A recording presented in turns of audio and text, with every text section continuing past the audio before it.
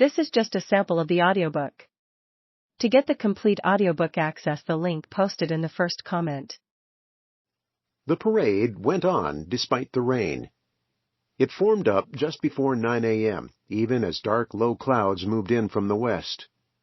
The day's forecast was for heavy showers, and sure enough, Tulsa would get them. But it was Memorial Day, and Tulsa would have a parade, and a damn big one, come hell or high water.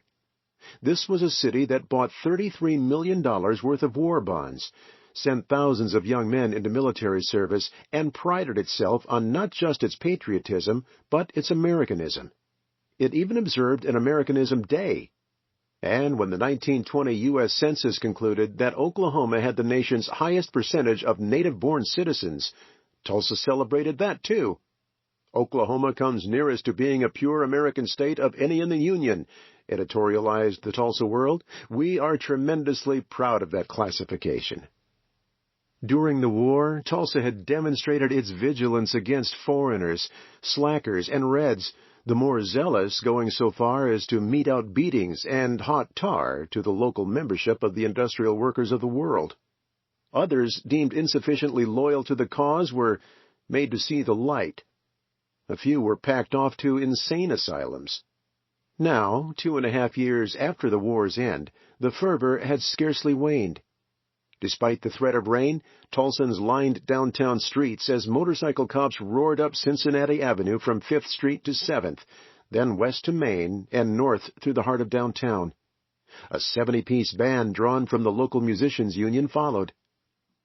And then came the veterans, scores of them, from the Grand Army of the Republic and the Confederacy, through the recent war to end all wars, walking or conveyed by various means through the fat raindrops splattering down on the town that called itself the Magic City.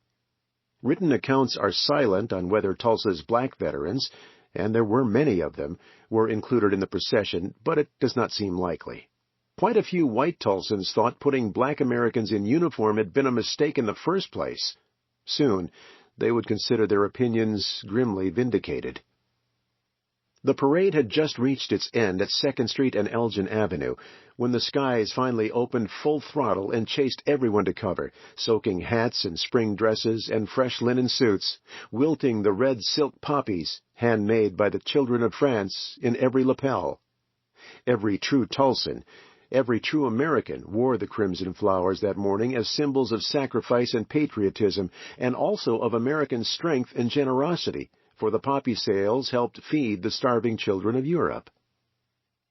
As the parade wound down, participants and bystanders piled into their Nashes and Overlands, Buicks and Chevys, Maxwells and Mitchells and Hupmobiles. A few may have shoehorned into variations of the Tulsa 4, a little runabout made right there in town. Everyone drove 5 straight-as-an-arrow miles along the Federal Drive to Rose Hill, the new cemetery on the east edge of town, where so many war dead were buried. The living stood in the downpour, heads bowed, listening to Tulsa's most decorated son of the Great War, Lieutenant Colonel Patrick Hurley, a future Secretary of War, eulogize his fallen comrades. Little did they imagine that even as they memorialized the dead of distant battle, a deadly calamity of Tulsa's own had already been set in motion.